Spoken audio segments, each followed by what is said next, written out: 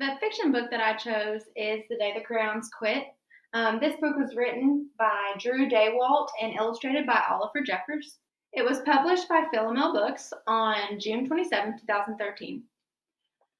In this book, our main character is Duncan. Although Duncan doesn't speak much throughout the book, it's focused on a problem that he has. He's assigned a coloring assignment in class, but when he looks inside of his crayon box, he finds a bunch of letters from his crayons, each explaining why they've decided to quit.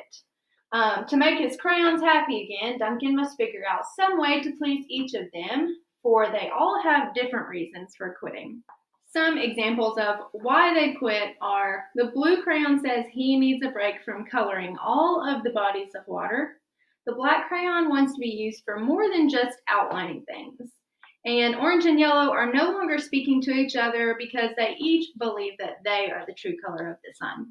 So each crayon has their own reasoning for why they are going to quit. And now Duncan is presented with this, the conflict, which is they're upset and he has to figure out how can he get his crayons back.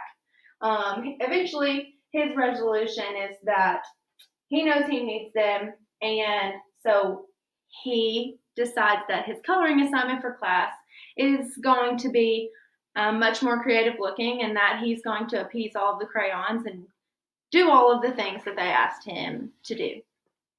It takes place in Duncan's classroom, and for the main characters, the story is based around Duncan, but there are so many crayons. There is the red crayon, purple crayon, beige crayon, gray crayon, white crayon, black crayon, yellow crayon, orange crayon, pink crayon, blue crayon, and my favorite, which is the peach crayon. And that is my favorite character as well. The peach crayon has, in my opinion, the funniest problem, and my kids always get a kick out of the peach crayon. And so I want to share his page just to give kind of an idea of what, their stories are, and how it sounds. Hey Duncan, it's me, Peach Crayon. Why did you peel off my paper wrapping? Now I'm naked and too embarrassed to leave the crayon box. I don't even have any underwear. How would you like to go to school naked? I need some clothes. Help, your naked friend, Peach Crayon. So it shows Peach Crayon in the box. It shows his letter, his writing, and the kids just really get a kick out of this idea of this crayon being naked. That's very funny to them, and I also think it's really funny, so that's probably my favorite part of the story. The design that I chose for my poster just goes along with all the, multicolored crayons, and my sign here says no more, because that's, the idea of the crayons is that they are done being misused, done being mistreated. There aren't any parts of this book that I don't like. I think it provides a lot of potential learning opportunities, although in my opinion, I think the author's purpose for this story is just to entertain. It is very funny. The kids spend the entire time laughing. There are a few things that you could pull from the story just surrounding the idea of identities, and stereotypes.